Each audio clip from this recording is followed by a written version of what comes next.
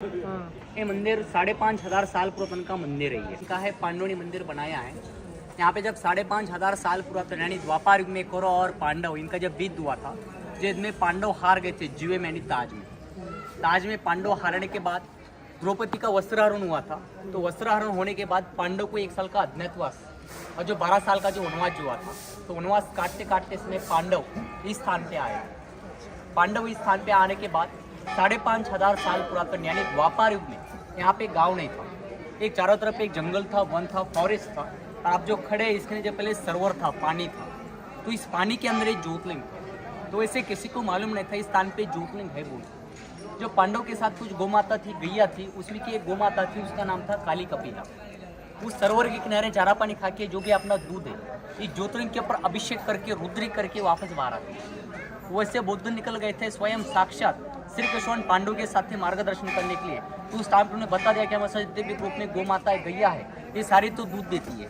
लेकिन एक जो गौ माता है उसका नाम है काली कपिला, इसका दूध नहीं मिलता है, इसका कोई दूध जंगल में निकाल लेता है, इसका कोई शोध लगाओ। तो एक दिन भीम स्वयं गौ माता के पीछे पीछे चले गए। गौ माता ने जैसे सरोवर के अंदर जंप लगाई तो ऐसे भीम जी सरोवर के अंदर चले गए, पानी के अंदर। पानी के अंदर चले जाने के बाद भीम की जो आंखें जो थे ये पूरे दीपने लगे थे, चमकने लगे थे, अंदर को दिखाई नहीं दे रहा था। तो स्वयं श्री कृष्ण के पास जो भीम सरस्वती जो है गधा जो है, उस गधे से क्या करो आप, पूर्व से, पश्चिम से, दक्षिण से या उत्तर से ये चारों साइड से चार्ज लगा कर पूरा पानी निकाल। ये पानी निकाल देने के बाद ये ज्योतिर्लिंग प्रकट हो गया। ये ज्योतिर्लिंग प्रकट होते समय अपने जो सूर्यदेव है, इस सूर्यदेव से 10 गुना ज्यादा ये ज्योतिर्लिंग को तेज था, दिव्य शक्ति।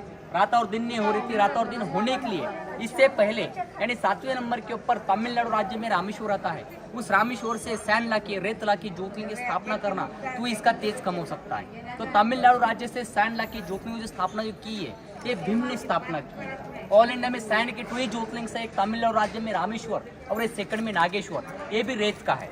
और दूसरा महत्व ऐसा है कि आप इस ज्योतिर्लिंग छोड़ के ऑल इंडिया में 11 ज्योतिर्लिंग के सामने जाओ, कौन सी गॉड शो के सामने जाओ, उसमें तुम राउंड करते समय, प्रदक्षिणा करते समय जब गॉड शो को जो राउंड जो करते हो तो हाफ करते हो, राउंड फुल नहीं लगाते।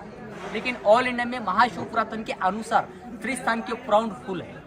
एक मेन फर्स्ट है नासिक त्र्यंबकेश्वर में, वहाँ पे ब्रह्मा विष्णु महेश का उल्लेख हुआ है। सेकंड में है काशी विश्वनाथ बनारस में, वहाँ पे शिव और विष्णु का मिलन है।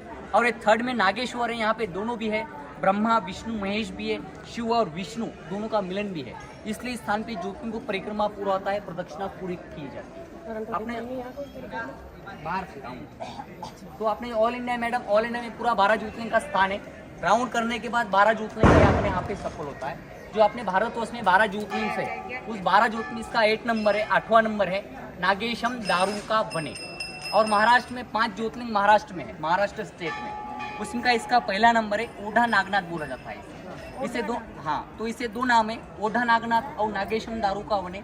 तो एक्चुअली से ओढ़ा नागनाथ किस लिए बोला जाता है, आप जो अंडरग्राउंड के अंदर एंट्री करते समय अब ऐसे कंफ्यूज हो गई कितने अंडरग्राउंड के नीचे किस लिए, क्योंकि ये ज्योतिर्लिंग पहले 5,500 साल पुरातन, ये ज्योतिर्लिंग पहले पानी के अंदर था, डैम के अंदर। तो इसमें के बड़े बड़े शेष नाग यानी स्नेक इसकी पूजा पाठ करते थे, अर्चना करते थे। तो इसलिए इसका नाम दिया नागों का नाग यानी ओढ़ा नागनाथ। ओढ़ा लुक ब्रांच का नाम इस सिटी का है, नागनाथ नाम इस टेम्पल का है। अभी आपने टेम्पल देखा है मैम, इस टेम्पल को 3 डोर्स है। एक मंदिर के वेस्ट में है, एक नॉर्थ में, एक साउथ में।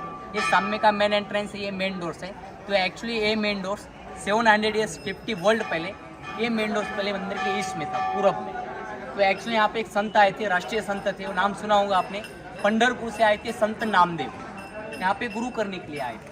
उन्होंने गुरु मंत्र लेके मंदिर के पूर्व दिशा में जाके बैठ गए थे, मंदिर के ईस्ट में। ईस्ट में बैठने के बाद यहाँ पे सबसे बड़ा फुल फंक्शन जो होता है महाशिवरात्रि के दिन, तो आपके ऐसे भाविक यहाँ पे लाखों आते हैं दर्शन करने के लिए। तो उस टाइम उन्होंने दर्शन नहीं किया था, उनका सत्संग सुनने के लिए उनके सामने जाके बैठ गए थे।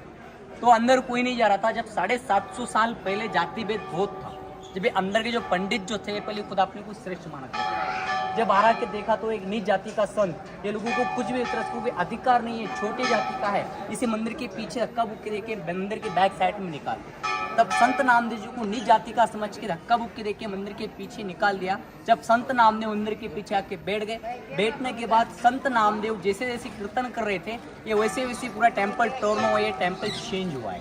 तो ये एक्चुअली हाँ ये अपने आप टर्न हुआ है। तो एक्चुअली ये टेम्पल टर्न होने के बाद कुछ ऐसे कंफ्यूज होते हैं, सोचते हैं कि इतना बड़ा टेम्पल स्टोन का जो है कैसे टर्न हो सकता है, इसे कुछ प्रूफ चाहिए। तो साइंस के अनुसार इसके 3 प्रूफ है टेम्पल टर्न होने के लिए। तो इसका मेन फर्स्ट प्रूफ ऐसा है, शिव जी का मेन नंदी टेम्पल यानी नंदी टेम्पल जो और मेन गेट जो होता है, एंट्री जो होती है, तो महाशिव पुरातन के अनुसार मंदिर के ईस्ट में होते हैं, पूर्व में होती है। लेकिन अक्खे वर्ल्ड में, अक्खे विश्व में एक ही टेम्पल से इसका एंट्रेंस और नंदी टेम्पल जो है मंदिर के वेस्ट में, मंदिर के पश्चिम में। इसका सेकंड प्रूफ ऐसा है कि ये टेम्पल टर्न होते समय, ये टेम्पल चेंज होते समय इस टेम्पल को नीचे से नींव छोड़ दिया है। मैं नींव नहीं है, बेस नहीं है, फाउंडेशन नहीं है।